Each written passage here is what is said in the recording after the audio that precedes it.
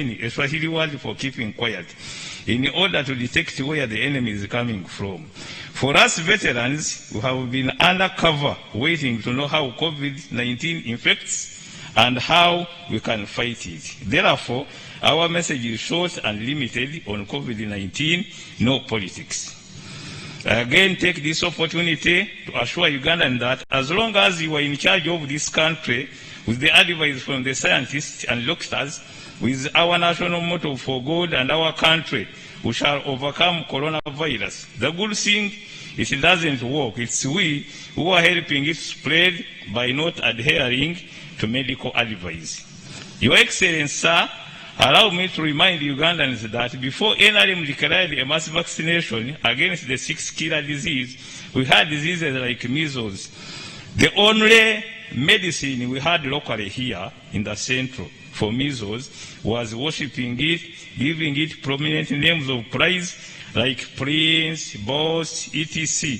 And if a child contracts it in a home, the family stops eating meat and any good meals. The husband and the wife stop sharing a bed.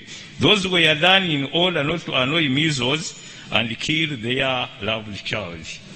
It all ended with scientists when we started to immunize our children. Even coronavirus will go the same way in days to come. Your Excellency, sir, by the end of last year and early this year, we visited veterans in the districts of Western and Central Uganda, but they all had these problems in common. The safety of domestic animals, cows.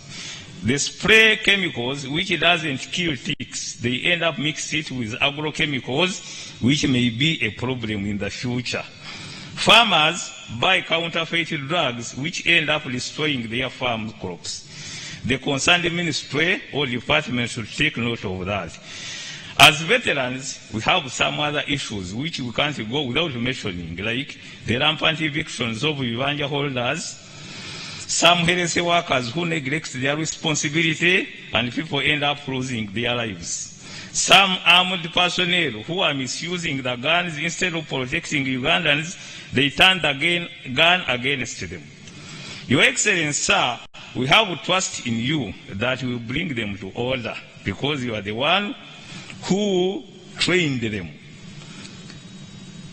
Your Excellency, not to be murderers, you trained them to be soldiers, but they turned the gun against Ugandans at times. Your Excellency, sir, allow me to add my voice to yours and that of the Minister of Health, to veterans and all Ugandans that COVID-19 is a real killer disease. The only way to avoid it is by tonsembera or stay a distance, wash your hands regularly, don't shake hands, don't touch your eyes, nose, ears, and mouth. Wear a mask to avoid coronavirus and the end, enjoy the peace and the economic success which is prevailing in Uganda. We conclude by thanking Your Excellency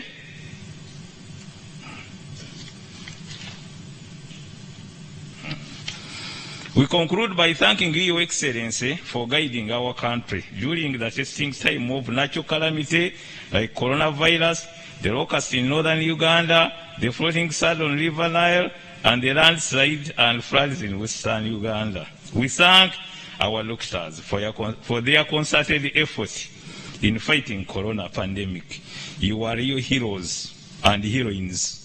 Because the hero is the person who decides to fight on even if he is afraid. We thank the UPDF, Uganda Police Forces, the Uganda prisoners for their patriotism. You have really sacrificed for our country. Asante sana. Last but not least, we thank the print and the media houses for keeping us informed. Where we can't go, they are always there to tell us what is happening and what happened. Your Excellency, sir, with those few words, we are wishing you a happy and a good celebrations. Assalamu alaikum wa rahmatullahi wa barakatuh. Haji Idrissa Seddon. Thank you so much.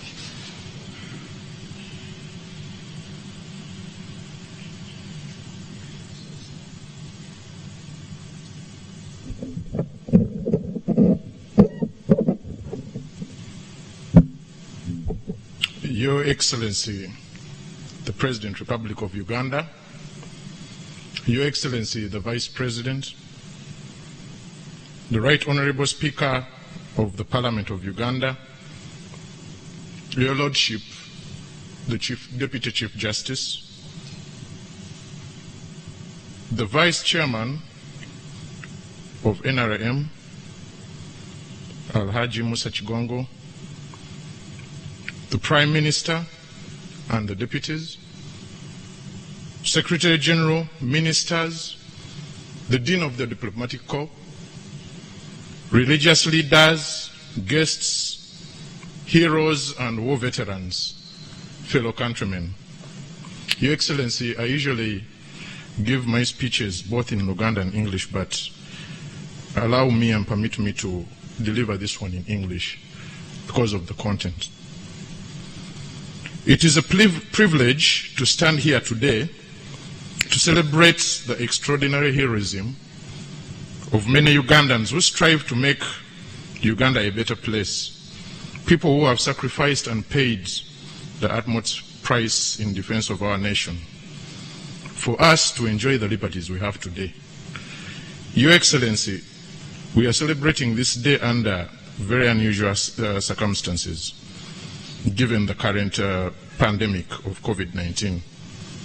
Allow me to use this opportunity to not only celebrate the heroes who fought, but also those still fighting in different capacities, most especially you, our President, for your steadfast leadership, wise counsel, and fatherly touch to allay and ease the fears among many Ugandans about the horrors of the pandemic. You have been at the forefront. Your frequent briefs to the country council on staying safe and healthy have given us a sense of security and confidence that this war on COVID-19 will be won, just like many others have been under your command. You are much appreciated, sir. I also take this opportunity to thank the foot soldiers, our health workers, scientists, researchers, the security forces, the media which has kept the public sensitized, and all people in all walks of life. The people of Uganda have actually been very heroic in this. You can give directives to people, and if they don't heed to them, then you are fighting or you're climbing an uphill. Today's theme is celebrating a memorable day as we reflect on the selflessness of the heroes, heroines who put nation above else. This tasks us to embody the ideals and values of our heroes, to serve selflessly in building our country economically, culturally, politically, and all other spheres of life. Your Excellency and all listening, Uganda has one of the youngest populations in the world, and it is safe to say that some of our youth may not be aware that the people we are celebrating today had a daunting task of dismantling a system premised on injustice and oppression. However, Your Excellency, you've been proactive and pragmatic in reminding and educating these Bazukulu on the struggles of the past in this country and the cost of freedom. The latest efforts was during the trek that started in Garamba, Wakiso, and ended in Birembo in Chibali. During this 195-kilometer trek, a lot was shared, and the Bazukulu were lucky to get first-hand account of our nation's journey to freedom. Your Excellency, the testimonies of both the civilian and the combatants, freedom fighters, was a very humbling experience. To some of us, it almost sounded like a film, a movie. But it had evidence on it, and we were very humbled. Your decision to take the youth to the trek through which you emphasized the importance of strategic planning, focusing, perseverance, and discipline illustrated your belief in continuity of the NRM ideology that is premised on the 4 pillars that you constantly remind us. That of democracy, patriotism, Pan-Africanism, and socio-economic transformation. It was also at this trek, Your Excellency, that many of the young people, including me, got a humbling lesson on the importance of physical fitness. Your Excellency, you left many of us out of breath. If I remember very well, when we were climbing both the hills of Butorogo and Chivoga, I was with my colleague, Honorable Minister Ruth Nankabirwa, and we always thought, because we were moving ahead, we always thought we had to look back to see where you were. But little did we know, you were catching up with us very, very quickly. And when we reached the bottom of the hill, you sat as if you had just taken a small walk. Sir, that is a sign of focus and discipline. And that is something we are learning from you.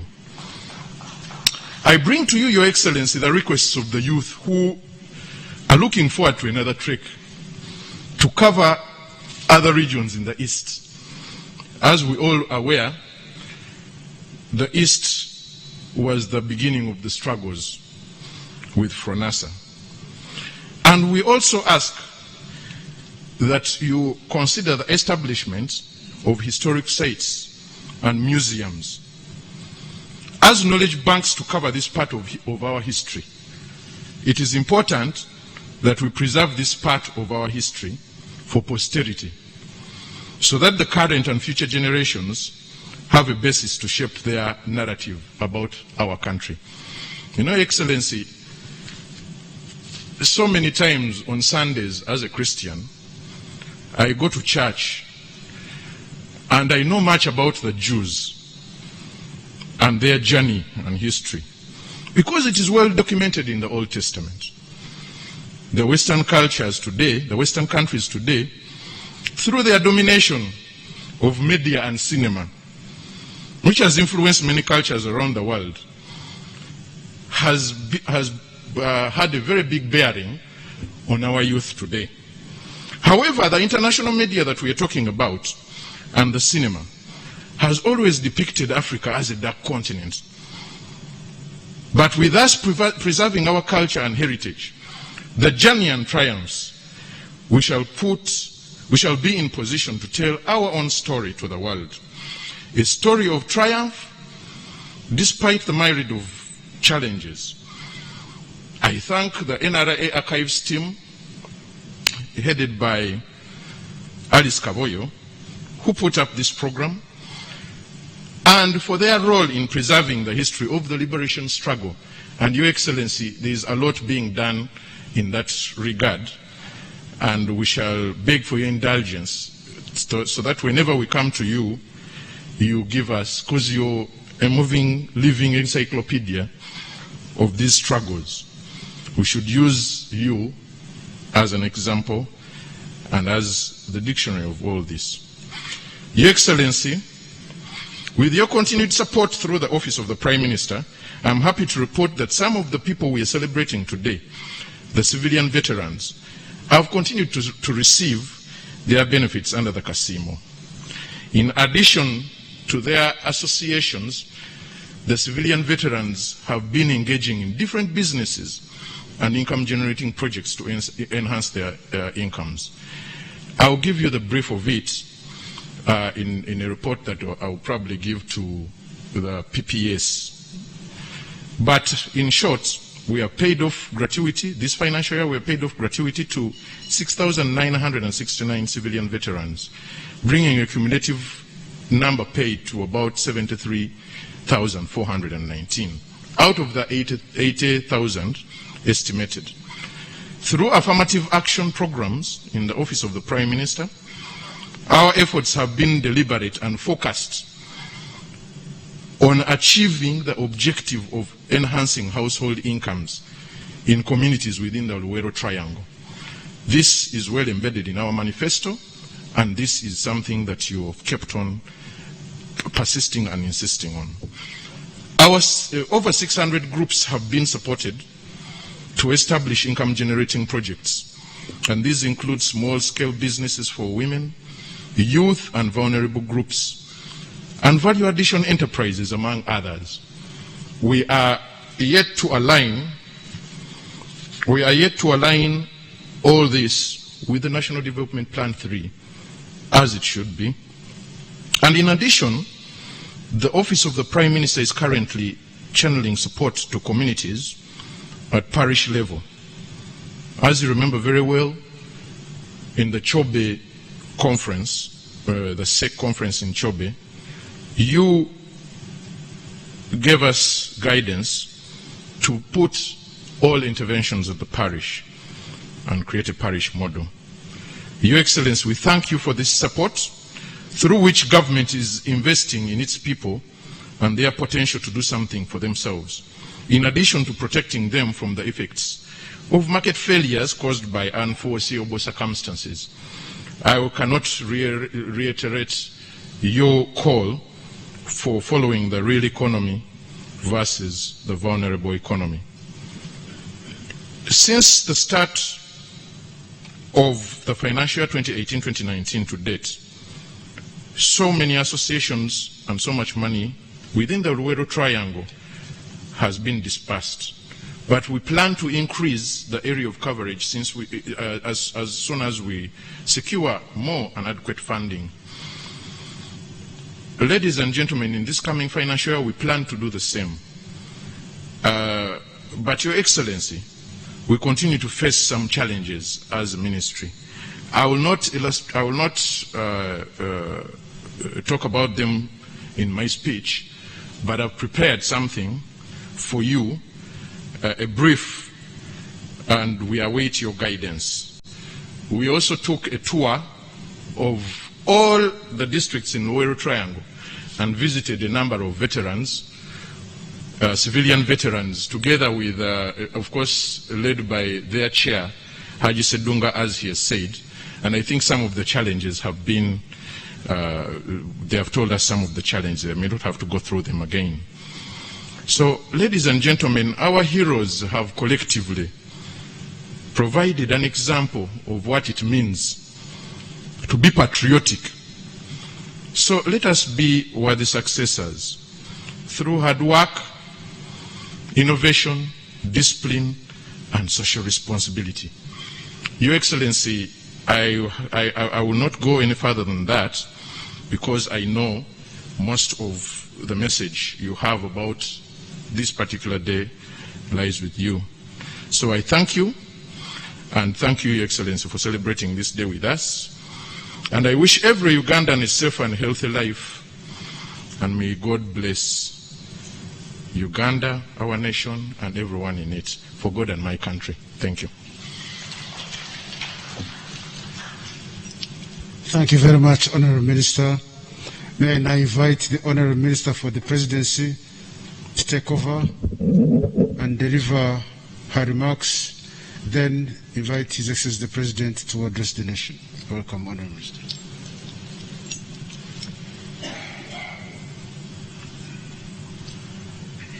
Your Excellency, Presidents of the Republic of Uganda, General Yoweri Kaguta Museveni, His Excellency, the Vice President of the Republic of Uganda, the Right Honourable Speaker of Parliament, His Lordship, the Deputy Chief Justice, the First Vice Chairperson of the National Resistance Movement, the Right Honourable First Deputy Prime Minister, the Right Honourable Second Deputy Prime Minister, the Secretary General of the National Resistance Movement, the Honourable Ministers present, the Honourable Members of Parliament present, the Dean of the Diplomatic Corps, religious leaders, distinguished ladies and gentlemen, I welcome you all to another new normal where Uganda is celebrating the 31st Heroes Day anniversary in what His Excellency termed as scientific, under the theme Celebrating a Memorable Day, as we reflect on the selflessness of the heroes and heroines who put the nation above all else. I want to thank His Excellency the President for graciously accepting to host these celebrations here at the State House in Entebbe. I also take the honor to thank His Excellency for the systematic and calculated management of COVID-19 pandemic. Your Excellency, before I continue further, we have amongst us here the VIPs, and other important people. And I take the honor to introduce to you the VIPs, and other important people for your recognition. Your Excellency, we have His Excellency the Vice President of the Republic of Uganda, Edward Kiwanuka II. We have the Right Honourable Speaker of Parliament, Rebecca Etwala Kadaga. We have His Lordship, the Deputy Chief Justice, Alphonse Winyidolo. We have the First National Vice Chairperson of the NRM Party, Alhaj Moses Kibongo. We have the First Deputy Prime Minister of Uganda, General Moses Ali. We have the Second Deputy Prime Minister of Uganda, Alhaji Kirunda Kividinda. We have the Secretary General of the NRM Party, Right Honourable Kasule Lumumba. We have the Honourable Ministers present, and amongst others, we have Honourable Ruth Nankabirwa, the Government Chief Whip. I think she has stepped out a little. We have Honourable Sam Kutesa, the Minister for Foreign Affairs. We have General Eli Tumwine, the Minister for Security. We have Honourable Sozi Galabuzi, the Minister of State for World Affairs. We have Honourable Kasiriv Atwoshi, the Minister of State in the Vice President's Office. Your Excellency, we have the Honourable Members of Parliament present, and we have Honourable Kakoza James, Kabla County, the Antonde District. We have Honourable Kemirembe Pauline Chaka, the woman Member of Parliament, the Antonde. We have Honourable Kano Fred Dimosije, Nyavshoji. We have the Dean of the Diplomatic Corps, Ambassador Mugambaji Frank. Your Excellency, we have a special guest that we invited, Madame Enrica Pinetti. She's here with us. We also have the Head of Public Service and the Secretary to Cabinet, Dr. John Mitala. Your Excellency, we have the clergy, His Grace Dr. Cipriano Kizito-Lwanga, the Archbishop of Kampala. We have His Grace Dr. Kazimba Mugalu, the Archbishop of the Church of Uganda. We have His Eminence, the Mufti of Uganda, Sheikh Shaban Mubaji. And we have other Reverend Johnson Kansime, the chaplain to the Archbishop of Uganda. We have Father Kaira. We have Right Reverend Constantine Monavinji. Your Excellency, amongst us here, we also have the service chiefs. We have the Chief of Defense Forces, General David Mhoz. We have the Inspector General of Police, represented by AIGP Kasinje. we have the Commissioner General of Prisons, Dr. Byabashaija, and we have the Secretary, Office of the President, Haj Yunus Kakande. Your Excellency, we have the Chairman, Royal Triangle, War Veteran, Haj Sedunga, who made his remarks already, accompanied by Mr. Kabandwa Chigundo. Your Excellency, we have my co-directors of ceremonies and Brigadier General Richard Karemire is here with us. And we have your own Alice Mwanguzi. She's also here with us. Your Excellency may recall that in 2019, you directed that the celebrations to mark the 31st Heroes Day be hosted on day. In adherence to your directive to host celebrations in Lyantonde, the National Organizing Committee in March 2020, under the chairmanship of the Secretary, Office of the President, commenced preparations for these celebrations. Specifically, the District Organizing Committee, as well as the area members of Parliament, were quickly brought on board to harmonize efforts for a colorful national celebration. However, immediately thereafter, Uganda registered the first COVID-19 case.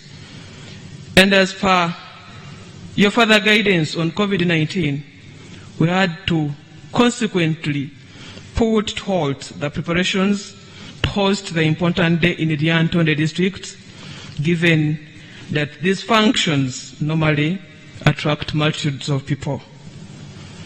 And that is why we have the members of Parliament from Lyantonde representing the people of Lyantonde here. Your Excellency, the COVID-19 pandemic notwithstanding, Ugandans today join you through the various electronic media channels to celebrate this day, which symbolizes the sacrifices made by our heroes and heroines in all fields of life to put Uganda above anything else in the struggle for good governance, rule of law, democracy, and Pan-Africanism. On this day, we particularly remember the heroic death of the gallant supporters of the protracted People's War, murdered in cold blood by those in power then.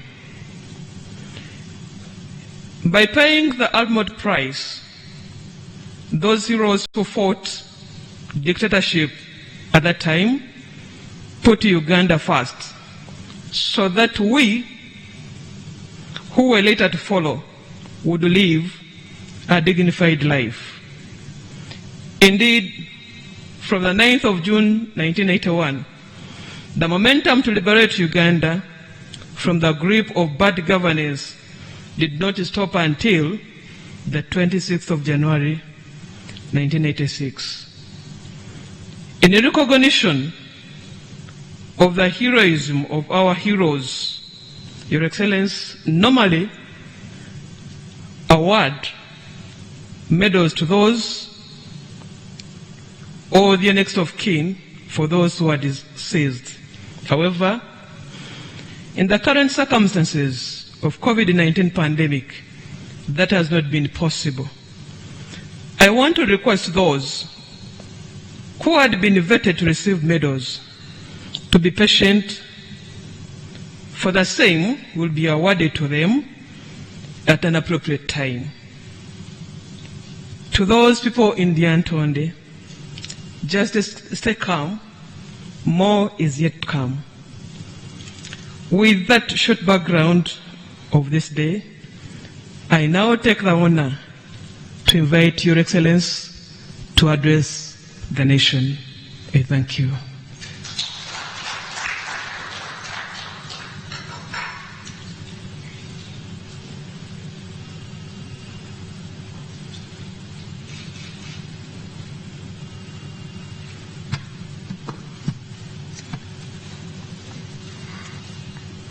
His Excellency the Vice President,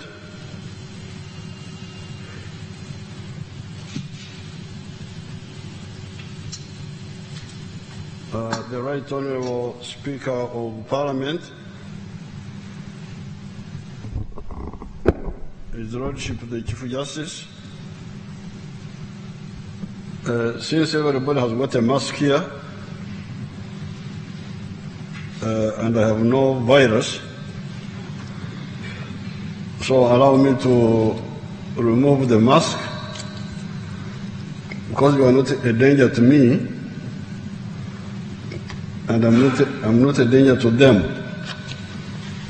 so that I can be able to lete karatasi hiyo. Karatasi peke yake. Karatasi.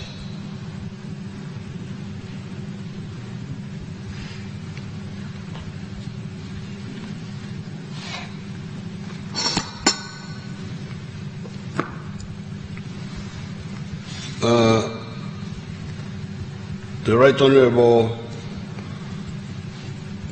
Deputy Prime Minister and Acting Prime Minister, because I don't know why most of ceremony you don't, because General Moses is now the Acting Prime Minister.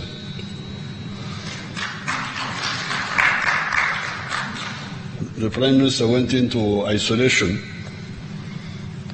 when his people, a number of his people were found with the virus. So the Acting Prime Minister is General Moses Ali. The Right Honorable Alhaji Chigongo, Right Honorable Kasule Lumumba, Deputy Prime Minister Chive Jinja, ministers, they are gracious, the religious leaders, the head of the armed forces, and the MPs, and all the people who are here. The chairperson of the veterans, Haji Sedunga. Today, the 9th of June, was just selected because was selected to symbolize all the other days of sacrifice. Because in the Ruwero Triangle, and during the whole time of trouble from 1966, because you know our problems started in 1966. There were other political problems, but the violence, the shedding of blood, there were always political problems. But the shedding of blood started in 1966 with the crisis of Mutesa and Obote. Then we went through all those years, and in all years we were people not dying from death,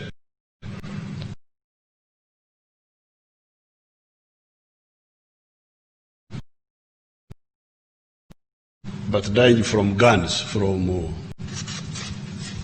violence by the government, which was in power. So this, the 9th of June was chosen just because on that particular day, 9 people were executed by Basilio Okero on the spot, just there, at Chikandwa village. It is true, they were our supporters. Actually, Rutamaguzi had escorted me from Chikandwa. I left that, I was in that house where they killed them. I slept there one night, and then came to Migade, mile 17 on Bombo Road. And Rutamaguzi is the one who escorted me. He came with me up to Migade. I was preparing to go to Kenya on my way to Libya. So I must have, been maybe end of May, because I stayed at Megade with Semakura for some days. Then I moved from Megade to Rutamaguzi, went back to Chikandwa. Then I moved from Megade to Nyamatuga, the home of Mr. Chobe. That's where I stayed until my people made arrangements for me to travel to Kenya through the lake, through Lake Victoria. So I was picked on the 6th of June, just like a few days ago. I was picked on the 6th of June from Chobe's house, driven through the bush roads up to Buama. Buama, then we went to the landing site at Katebo. That's where I entered the boat on the evening of the 6th of June, and spent the night in the water up to Bubeke Island, where I stayed with somebody who died recently, Chebonere. Chebonere. They brought fish. I couldn't eat fish, so there was some problem. So I had to undergo some fasting, because I had not learned how to eat fish. So the following morning,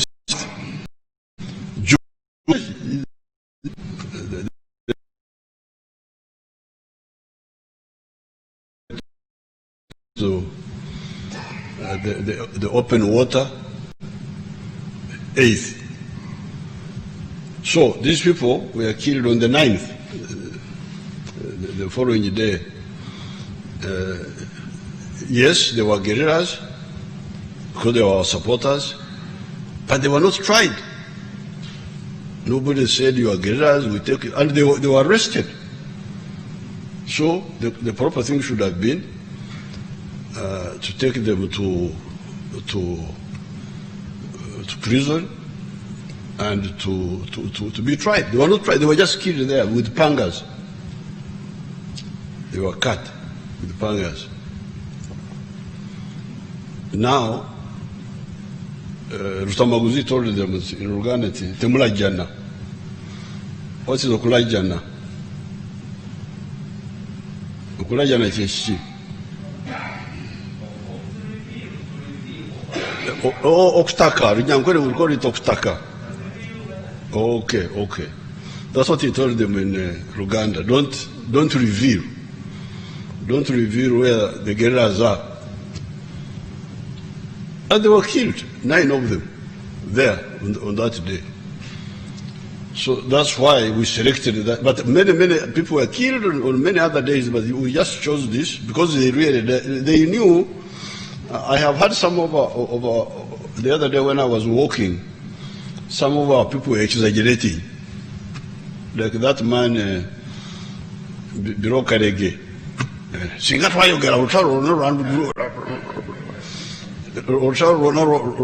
Run food day. No, it wouldn't have.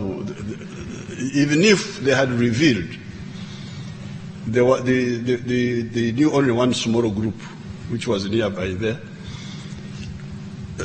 So still, the war would not have ended. But they did not reveal anything. So that's why we said that these people died heroically. And that's why we said that let's choose this day, the 9th, to represent all the other days. Because there were other days. There were so many days. So therefore, today, when we are celebrating today, with this problem of the virus, it is a war. This is even a bigger war than the other one, by the way. Because a biological war is worse than the war of bullets. When you shoot, you kill one person, the one whom the bullet has caught. But the virus can infect so many people from one source. So it's very dangerous. You have seen the United States, they have now lost 110,000 people. Dead, these are the dead ones. 110,000. Emitwalo 11 bafudde. You know, because of this virus, not because of the other issue. No, virus. So therefore, on this day, I would want to really invite Ugandans to remember what these people did, what our people did. To be a hero involved really two things, or three. Number one, to have a cause, because these people had a cause. Barine Nsonga, they had a cause. They were tired of UPC. The people were tired of Ejogo, UPC, Ejogo. The arrogance of UPC. The party, this is what that party which was there. Because you remember, during that election of 1980, the UPC were saying, whether you vote for us or not, we shall take power. Do you remember that? Those who are old enough. Yes, that's what they were saying. See, whether you vote for us or not, we shall take. But how will you take power if we don't vote for you? That means we shall use our own means. We don't care about you, whether you vote for us. That's what they were telling us. Even me, you can imagine the UPC were telling me that. And the UPC knew our sacrifice during Amin's time. They knew who were.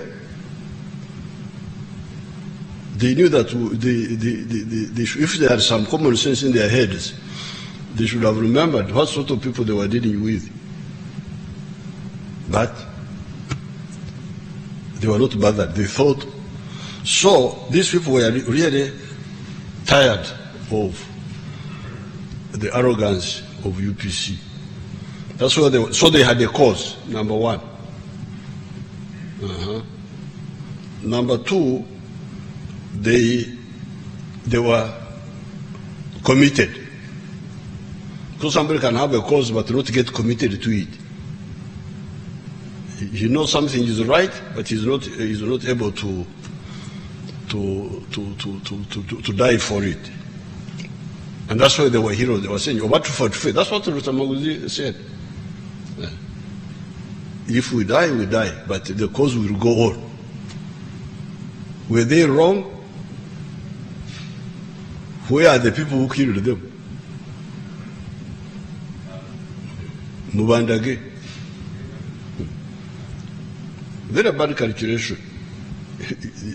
Abantu bamanyi kibalo. Abakola ebibi tebamanyi kibalo, babala bubi. Chura pe. In Luo we say chura pe. There's no mathematics. Because when these people were doing this, I don't know what they thought. They thought that if we do this, people will fear. They will fear us. If we kill these people like this, other people will fear. Then they will be like dogs. They will listen to us. That's what their chivaro, their calculation was that brutality will intimidate us and we will not fight on. That's where the miscalculation was. They actually didn't know that they were empowering us because people said whether whatever you do, they will kill you, so we better fight. Even the ones who were like 50-50 became more committed. So, number one, to have a cause. Number two, to be dedicated to the cause. Number three,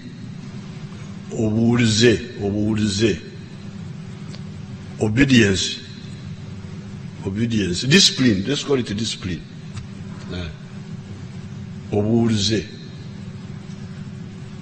That's why they were able to listen. We had no power, no legislation, no what. We were just volunteers saying we've come to fight. Say, okay, we support you. Okay, if you support us, you support the cause. You are not supporting me that you are digging in my garden or doing anything for me personally, but you are supporting the cause.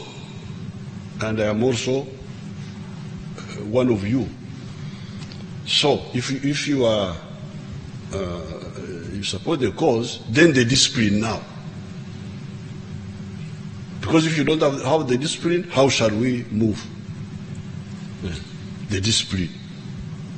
That's how we were able to say, like for instance, we were able to say, all people run from Semuto, run to Siengo. Because the enemy has come to attack us. And the whole population will move to be able to survive.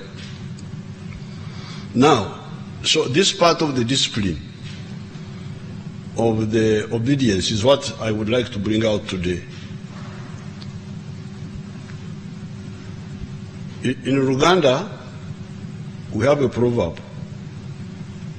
Nantaburirwa yasabarana wa bumba. Somebody who could not be advised tried to go to cross the lake with a clay boat, a boat made of clay. They told him, say, please, you cannot make a boat out of clay. Clay doesn't make boat. If you want to make boat, you use wood. And you use wood. I don't think you can use wood of any type. I think you use wood of a particular type. But this fellow said, no, me, I can make boat out of clay. So he went in the lake and he drowned in the lake because he could not be advised. Nantaburirwa tasabara nabwa bumba. Katunantaburirwa yani ali wano. You see here, I have the figures of the virus. Since the beginning, day by day, from the 21st of March, I have all the figures here when we had the first case. And we advised you. We said, you people, we don't have treatment now. We don't have vaccine, okugema. We don't have a direct treatment, but we can avoid. We can avoid. And the veterans, you know, this English is a very poor language. When you translate into English, things become dilute. You don't get it. When Kabandwa was reading Sedunga's speech in Uganda, it was stronger. Because he said, Akauka tekari na magulu. That's what he said in Uganda. It was very strong. That the virus has no legs. That's what he said in our local language. He said the virus has no legs. The people with the legs are you people. You are the ones who transport the virus. So you are the vehicles of the virus. When you put it in English, it disappeared. You couldn't get it. That's what I tried. Well, Kawanda kulikayo oluzungu munange. I was worried with Kawanda speaking English. She spoke it very well. But the problem was that the English itself is poor. So when he tried to translate it, he spoiled it in English. Akauka tekalina magulu. The virus has no legs. So the people with the legs to carry the kauka, the virus, are ourselves. Ourselves. We are the ones who are facilitating the kauka. And the scientists have told us exactly how the kauka spreads, the details, how many meters you should be from the other person. So we can definitely stop this virus. Now, we told you what should be done, and Sedunga repeated. Number one, initially we said, stay in one place. If you are, the farmers, no problem. If the farmers stay in their farms each, in the family groups, fortunately our farms are scattered, those can continue, there is no problem. But let the family not go to visit. Let the family cigarette, let the family stay alone. Then we said all the others don't move.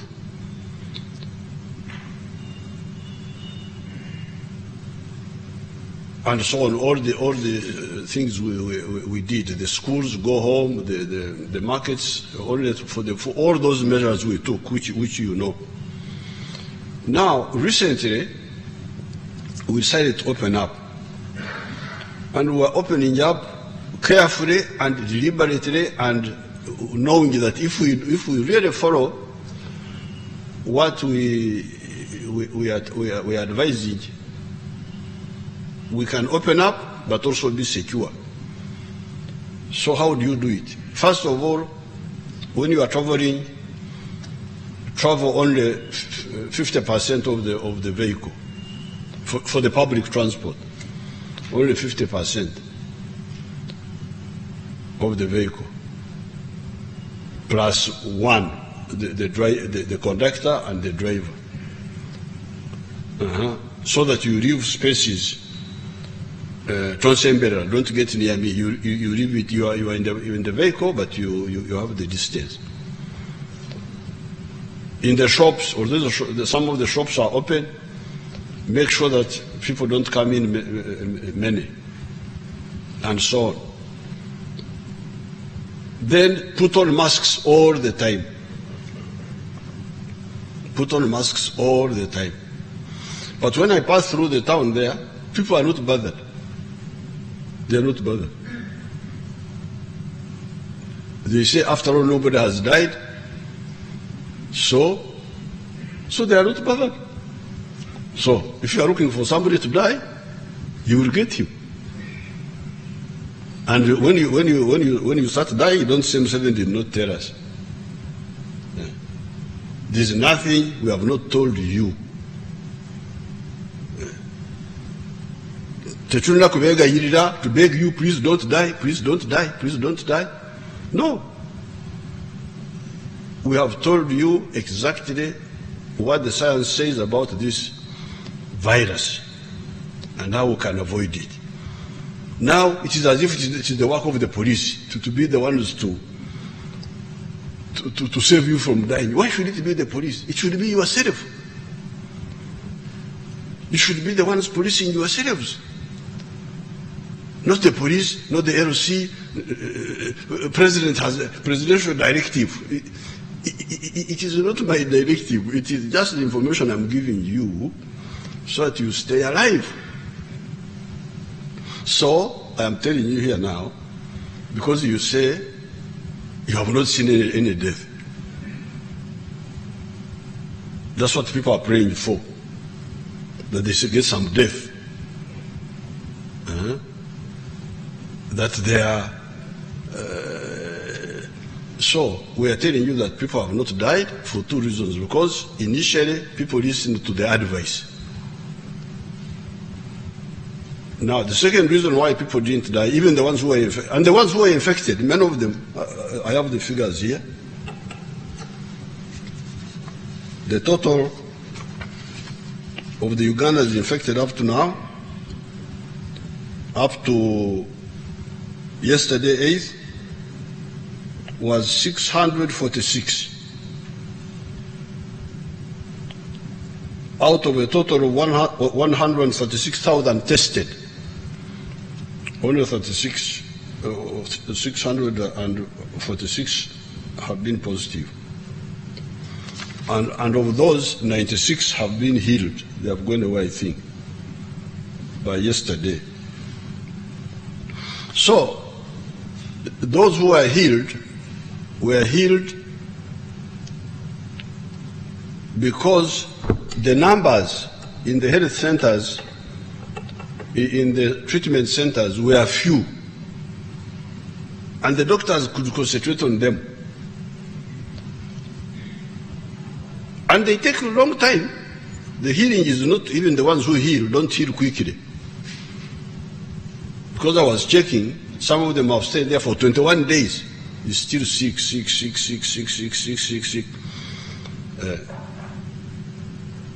But the average is like 18 days. So, if we get very many cases, because that's what happened in Europe, because they didn't take precautions, the ones we have taken, many people were infected at the same time, and the hospitals were overwhelmed. So there was the doctors had to decide, after he's too old, let him die. Concentrate on this one may survive. The doctors had to decide now who dies. So, if that's what Ugandans are looking for, so I appeal to you Ugandans. For those whose activities we have opened up, please, number one, observe the social distancing. Please, I beg you, for the sake of yourself.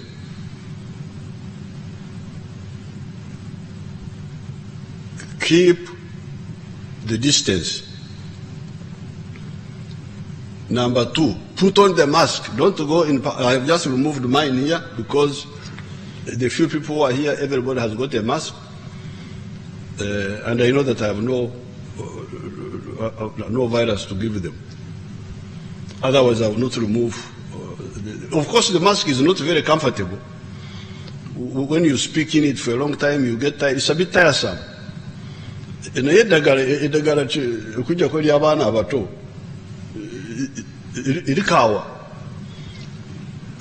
Medicine is always bitter. You cannot say that I don't take medicine because it is not sweet. Whether it is bitter or not, you take it. These masks are medicines, which you must take whether you like or not. So, number one, keep the distances. Number two, put on the mask all the time. Number three, clean the surfaces, the offices. Like these ones here have been sanitized. When you leave, everything here will be disinfected. Number four, don't touch yourself. Don't touch yourself in the eyes, in the mouth, and so on, and the nose. Now, if you maintain that, even when we have opened up, We are now going to scale up the treating capacity. These people had planned for 9,000 beds, the health people, but I told them, why do you plan for only 9,000? Plan for 40,000. So we are going to use all Nambori is being prepared, other spaces will be prepared to, if necessary, treat big numbers. But if the numbers are too big, then they will overwhelm even the bigger spaces were prepared. So therefore, and by the way, even when you get healed, you waste a lot of time. 21 days you are just lying there in the hospital. You are not doing your work. Why do you have to have this? You say you are rushing to do work, you end up in the hospital or in the grave. Is that good mathematics? Huh? So, olugero lw'Abaganda nantabuulirwa yasabalala bwa Bumba. That's the third lesson of resistance. When you talk of resistance, you talk of a cause, you talk of heroism, dedication, but you must also talk of discipline. Discipline or wulze. And there is no way you can call yourself a freedom fighter or a successor of freedom fighters if you are not disciplined.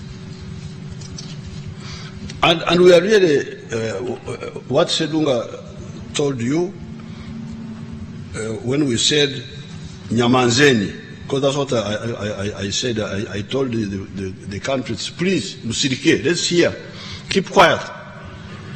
Let's hear where the enemy is coming from. We have discovered where the enemy was coming from.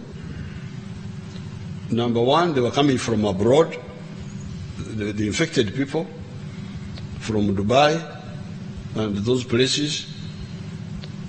Number two, the drivers. And the figures are here. Because of the 646 Ugandans who are positive, cumulatively, the drivers are 316. Of these 646, the drivers are 616. The Ugandan driver, 316. 316. The Ugandan drivers. The non-Ugandan drivers whom we have sent back are 116. The ones whom we test and then we send back.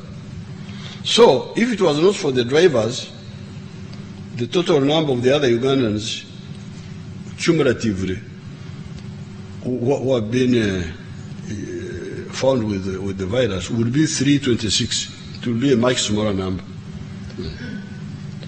But the good thing, some people like not to talk about problems, but me, I like to talk about problems.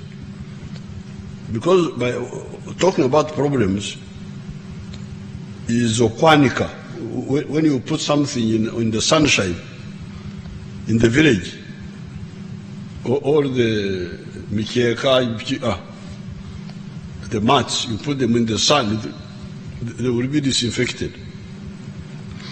Now, by talking and taking measures, the route of the drivers seems to be drying up, seems to be reducing.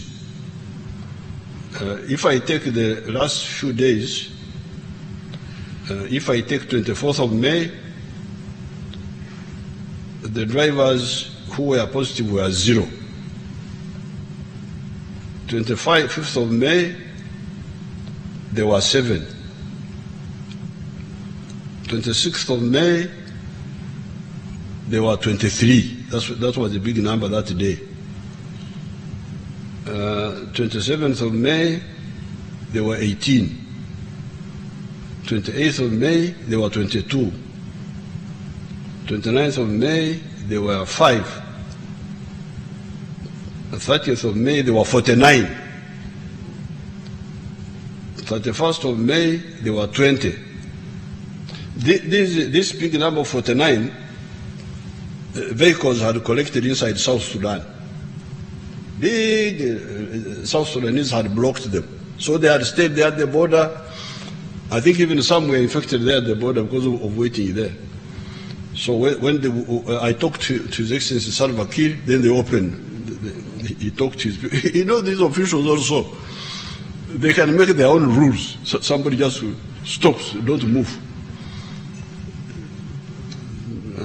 So when I talked to His Excellency Salva Kiir, they opened for, this is the big number.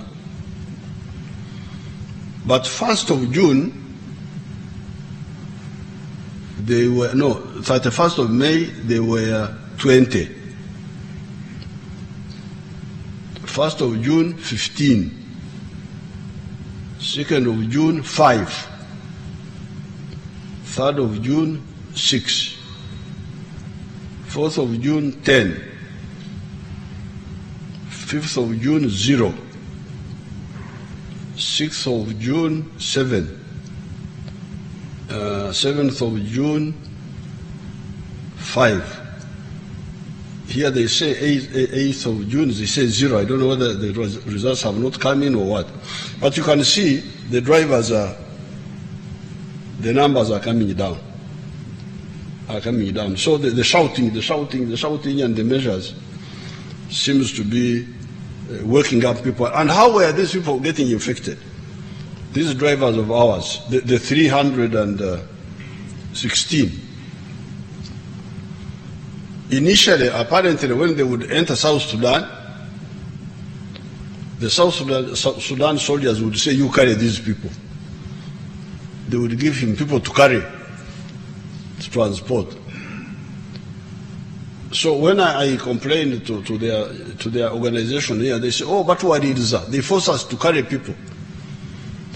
So I accused them to His Excellency General Salva Kiir. Say, I hear that your people are forcing our drivers to carry passengers. And that's because before they enter South Sudan, they are checked, they are all right. When they are coming back, so that means something happens there. And initially, that was the problem of being forced.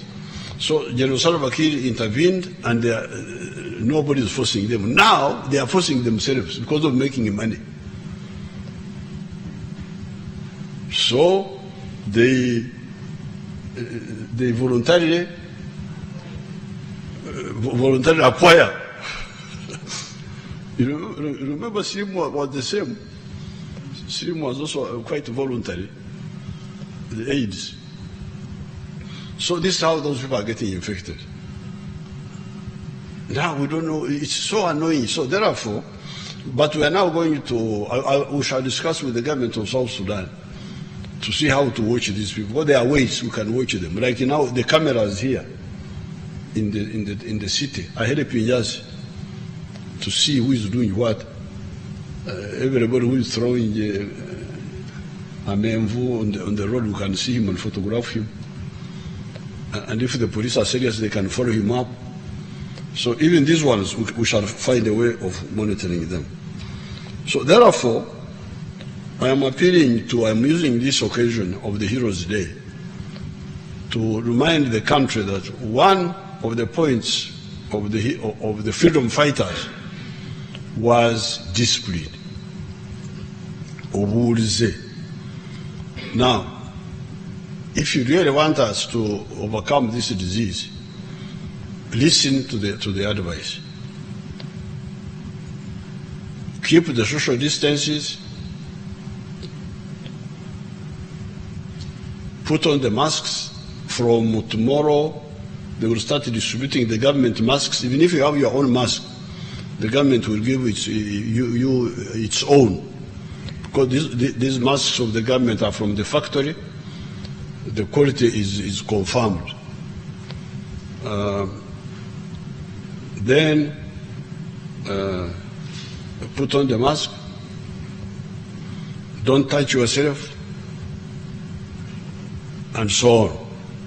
And many of the people, if you don't have anything serious you are doing, stay at home. Stay at home. Especially the old people, the people who are sick. Recently, we lost one of our very good comrades. We had, there was a South Sudanese young lady, an engineer, whom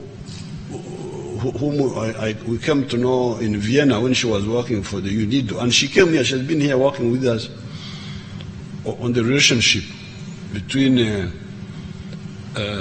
Uganda and Sudan, because you know we had problems with Bashir's government of Sudan. Very active lady, but she had some medical issues, surgery. She had surgery long ago because of the intestine. I think she had got intestinal obstruction. Then she had been operated. Then you know those operations sometimes can also cause other problems. It had caused some other problems, adhesions. You know, when part of the. Then she was operated again. Otherwise, but she had no other health problem. But now in Khartoum, when she was there, she's actually the one who organized. You remember the meeting of Netanyahu and the man of Sudan? She's the one who organized it. Now in Khartoum, she died, and they just buried her. So it's not a joke. It's not when people are just playing around and making a fool. It is not a joke. It is very serious. So we have lost that young person who was so helpful for us with the Arabs, with Sudan, with what. She has been in Khartoum all these days, only to be told about a week ago that she's very sick. Then when I tried to check, they said they are burying her now. You know, the Muslims don't waste time. They buried her the same day. Yeah. So this is not a joke. Now, then, if you listen to, we open up, but people listen, move carefully. But the majority of the Ugandans are really very careful. For instance, on the question of the schools, you will be surprised. Many of the parents don't want the schools to open. Yeah? They have been ringing me, please, please, please. One judge, one old lady rang me last night to say, "Omwaka gufwe, let the year of the child die." You know the way we speak in our language. No, they don't say that. We say it in our language. Omwaka gufwe, omwaka kagufwe, kuonka abana bagumyo. Meaning, let the year be wasted, but let the children survive. So you find the parents are really, really very protective about the nanny. So the people who are careless are people, I don't know who they are here in the town. The barrios, I hear people have started congregating on barrios. This must stop. This must stop. The weddings, just the minimum necessary people, less than 10, these are the ones who are needed. All the others are just unnecessary additions. They can stay away. So I appeal to you, please, Oburize. Now, on the issue of the economy is moving well, apart from the sectors which have suffered, the sectors of tourism and so on. But internal tourism can resume now. as long as you observe the social distance. But the factories are working. The only problem I see is the corruption of the public servants. I am glad His Eminence, the Mufti, was talking about it. The corruption in procurement, like I was seeing in today's paper, manufacturers complaining that they are manufacturing transformers here, and our people are buying transformers from outside. I saw it in the papers today. Why anybody should buy transformers from outside when Uganda is making the transformers, the electric transformers, and the cables is something, and without consultation even. If there are some special reasons why you think you should buy, you should not honor the government policy of build Uganda, buy Uganda. Why don't you consult? I am here, the ministers are there. Why? Why do you go quietly and you say the PPDA procurement, go to hell? We are going to sort it out with all these crooks. We are going to build our country the way we fought the war. If anybody cannot be with us, go to hell. I will no longer tolerate that nonsense. Because you are killing the jobs of our people, our children. The other time we were discussing the issue of printing, security printing. We have got a printing company here, and we wanted to print government documents. No, they want to buy. Go to hell. You cannot. How many jobs are going to you to create for in the printing? 500 jobs for our children. Instead of supporting that, you are buying because you are getting some bribes from all those crooks. So that game is finished, and we are going to fight this war of corruption. This is the only problem remaining now. Even the medicine. Our children have got the medicine for malaria. I was there with the Right Honorable Speaker somewhere. Our children got long ago the medicine for malaria, new medicine, much better than this one.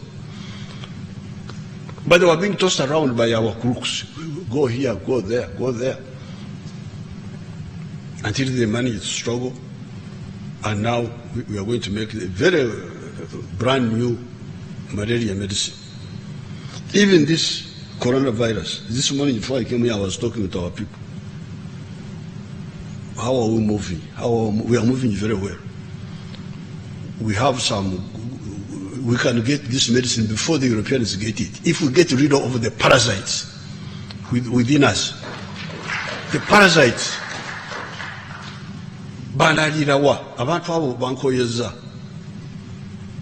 parasites, go to hell with the parasites. They are our problem. Otherwise, this science, you see you fellows, you Africans, especially here in Uganda maybe, we are very lucky. When you see me here, I am a scientist. I am a cultural scientist. Because I learned all the cultural science traditionally. And by the time I went to school, I was actually a scientist. I could deliver a car which could not deliver. You call them what, obstetrics or what? When I was a child, gynecology and I was an expert in that for the cows. So you come with that traditional knowledge, ancient knowledge of our people. Then you get modern information.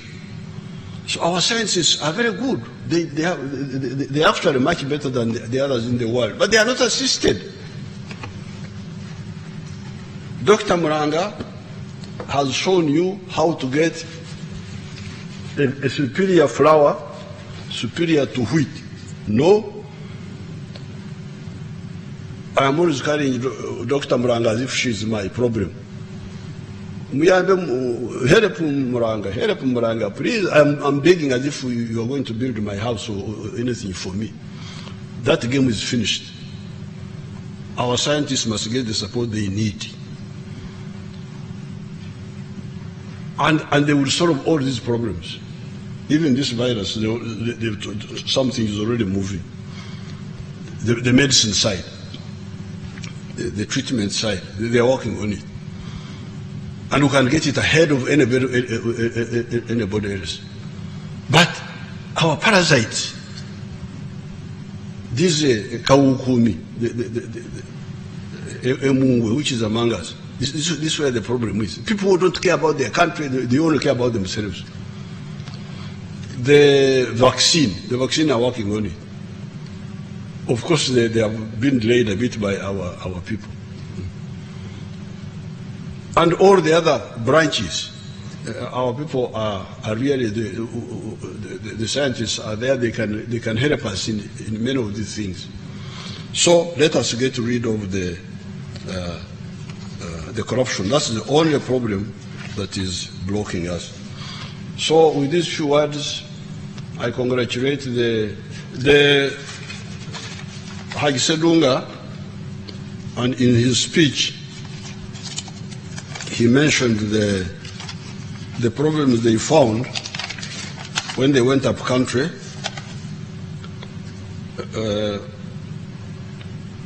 Number one, they got Akasimo money, the 5 million, some of them, some others 1.5 million, and they bought some livestock,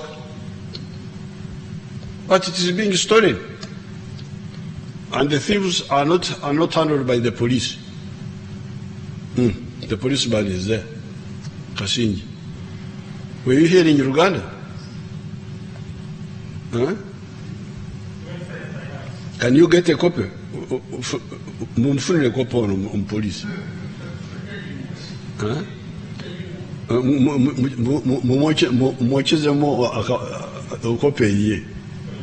You heard that you are now the problem of Uganda.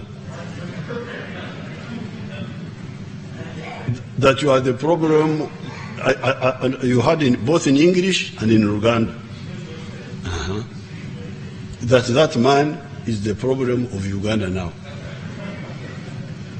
That all other things are moving well, but the problem is Kasinje and his group.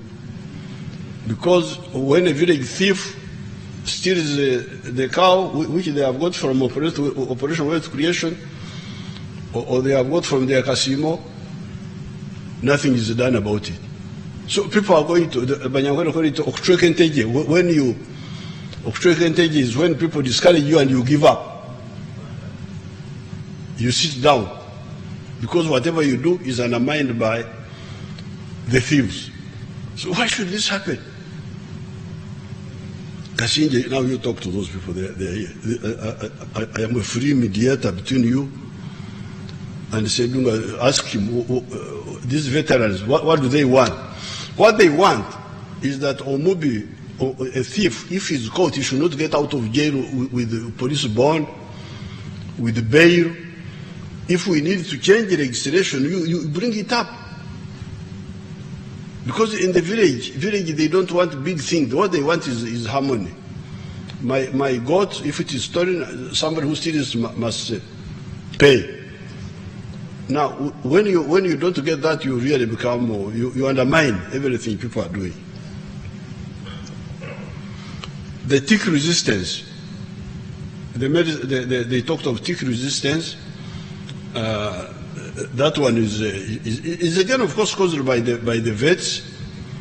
Our vets are the ones who didn't advise us well, because the different classes of ticks of tick drugs. If you use it for more than 3 years, the ticks become resistant to it.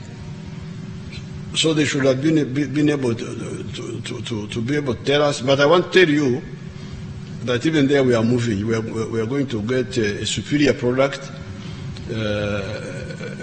which will solve that big problem, again by our scientists. And land evictions, you talked about land evictions, and the medical not treating people, corruption in the health centers. These are the people, the issues they talked about. So I congratulate all the veterans. I think before we end, let's stand for 1 minute of silence for Major General Kasirye Gwanga, who died this morning.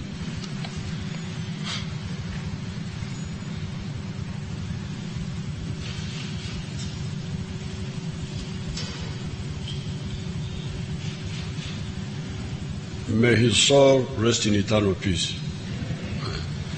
Congratulations, the Bazirwanako, Mbagariza, Emikisa, Nemirembe. Thank you very much.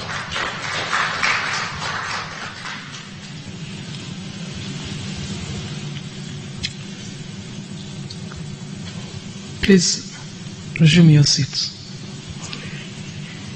Your Excellence, I want to thank you for the words of wisdom that nobody can repeat here. And I want to thank you for officiating at the 31st Heroes Day anniversary celebrations. I want to thank everybody here for honoring the invitation. And before we end our celebrations, lunch has been prepared for everybody here, and I want to thank HE for the lunch. Can we all stand and sing the anthems in a reverse order?